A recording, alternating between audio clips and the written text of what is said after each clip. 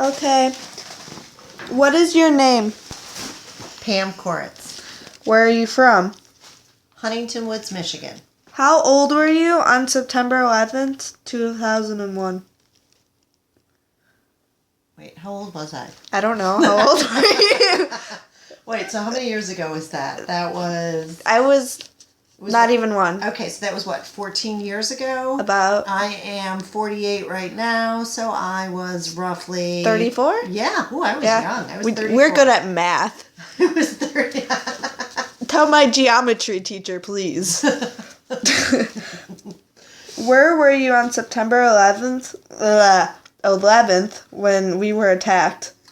We were at the Detroit Zoo with my girlfriend Venice and her son Dylan. I didn't know that. All right. Did you ever visit the World Trade Center in New York City before September 2001? What do you remember? I did visit it. I remember it was a beautiful 2 buildings. I remember how big it was. And I remember your father telling me that it was the pinnacle of our financial institution for the United States, that it represented our financial success. Because your dad and I went to New York quite a few times before we had you guys. When you had money before children. Right. Did you ever visit the Pentagon in, I can't pronounce that country, Virginia, before September 2001?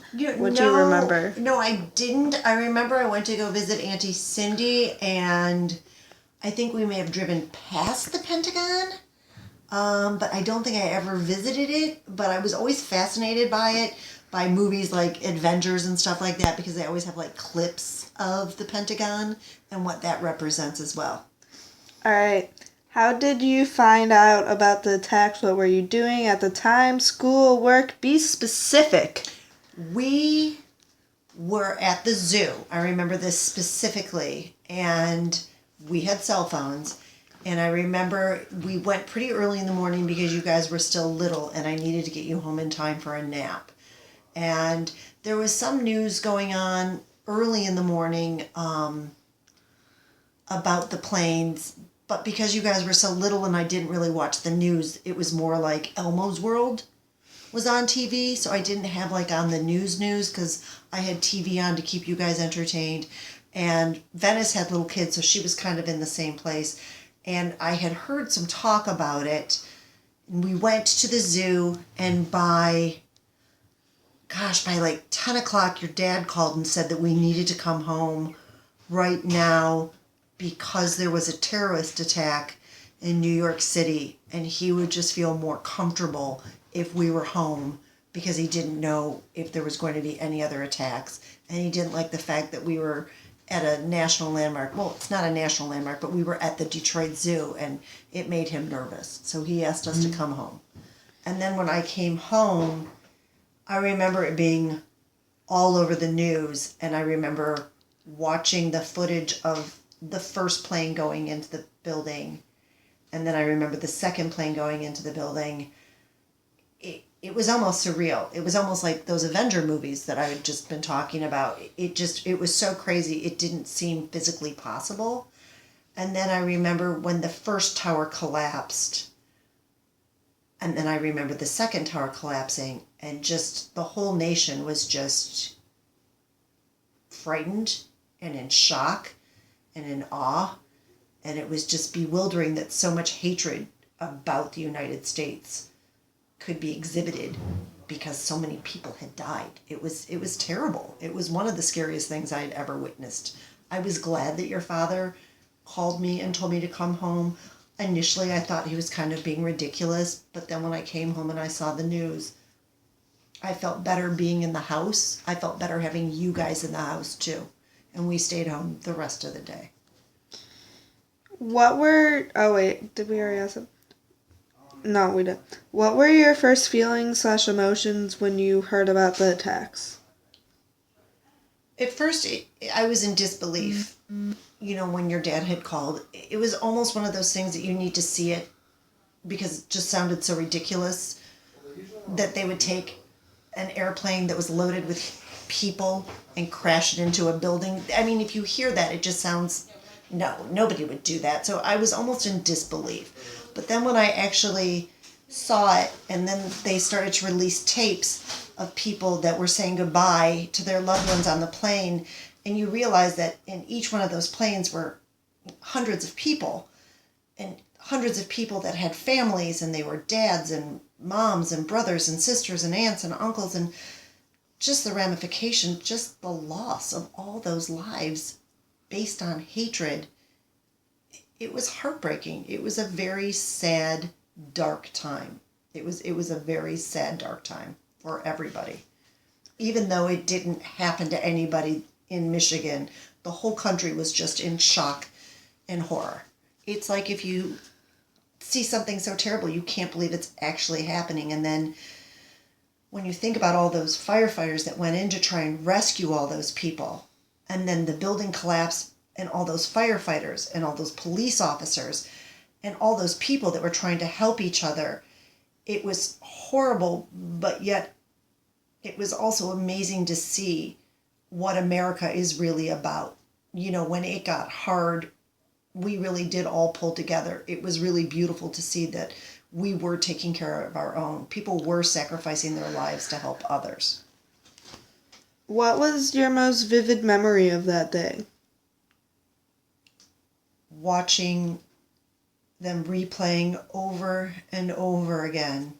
I was in the kitchen, and we had a little white TV that you guys used to watch videotapes, because we didn't have cable, that ran cartoons all the time. And they were just replaying it over and over and over again, of the planes crashing into the building. I will never forget that for as long as I live. Did you go to the World Trade Center after attacks? What do you remember? Your father and I actually just went to the World Trade Center when we were in New York this past summer. And we saw the World Trade Center. And it's this huge, it's where the buildings used to be. And around it is just water pouring in. And around this hole, it's where the whole building used to be. And around it are names. And if you just look at it and you don't really think about it, it's just, names. But then if you really think about it, you think that each one of those names is attached to a person, and that person was somebody to some family. It's really sad. It's heartbreaking when you go to the World Trade Center, because it's a constant reminder of the loss that this country, that these people, these families had to suffer just because somebody hated the United States. Keep going. I was just going to say that hate is a very powerful thing, but the American spirit and our love and dedication is stronger. And no matter how many times they try and knock us down, we as Americans have that tenacity to build ourselves back up again. USA. Stop, Sam. This is something that other countries, I think, are envious of, because it doesn't matter how many times we get smacked down. We always work together. We always do the right common good for each other. And we always try and build this country back up to be what it's supposed to be. A place where liberty and happiness and freedom is what you're allowed to have. Have you visited any of the 9/11 memorials in New York, Washington, Pennsylvania? What was it like? Just told you about the one in New York. I think the first question meant the new building, but that's a fine answer. I never saw. Your dad and I were there after 9/11, but I never saw the remains of the building. Not the remains, but they made a new World Trade Center. Yeah, and I saw that. I saw that memorial, and that was very touching with the names. Not the memorial, the new building. Where it's just a single tower? No, we didn't see that. I mean, I saw it, when we were driving, but we didn't actually per se go to it. We saw the memorial instead. Okay. What did you think the government's reactions were to the attack? Everybody kind of got down on the president before. But, again, I thought that the president's response was appropriate for what had happened. That terrorist attack changed everything. And I felt that Oh, shoot. Wait. Okay, so we're on. Keep going. I felt that his response was appropriate because so many people were killed senselessly on American soil. And I think that he did the right thing. If you notice, there hasn't been another terrorist attack since on U.S. soil because of his response. So there's a lot of people that get down on presidents. I wouldn't want to be the president ever. It's one of the hardest jobs. And I think during that time that the president did a really good job building American confidence, showing what America is about. We are a country that doesn't get bullied. We are against terrorism, and if you strike us, we will strike back. And I think he did the right thing. All right. Last question. Why do you think it is important for students to learn about September 11th? I think like anything that happens in history, it needs to be taught because it needs to be remembered. It's not just about the building going down or Osama bin Laden or all the people that died. It's about the people who knew that there was danger, that went into the building, the firefighters, the police officers, the civilians. It's about people pulling together and helping each other out. People forget that, man, basically, there is good inside of us. And it's important to remember those patriots that sacrificed their lives so that you could live the life that you live right now in this lovely house with food over your head, or food in your mouth and a roof over your head. Food over your head. Listening to the music that you want to listen to, wearing the clothes that you want to. You have liberty and independence because of patriots from 9/11. They gave up everything so that we could still have this type of life. And we need to remember those people. We need to remember so that we never let it happen again. That's why we don't ever forget about the Holocaust, because we don't ever want it to happen again. Because if we forget about it, it can happen again. But if you know about this, and then your kids know about 9/11, and then their kids know about 9/11, we will always make sure that we will do whatever it takes to keep our next generation safe. So you need to know about it so that I can keep you safe, and then you can keep your kids safe. And also to pay respect to those patriots who gave so much of their lives so that we could be free. Okay. Thank you for your time and this interview. And yeah. Bye. Bye.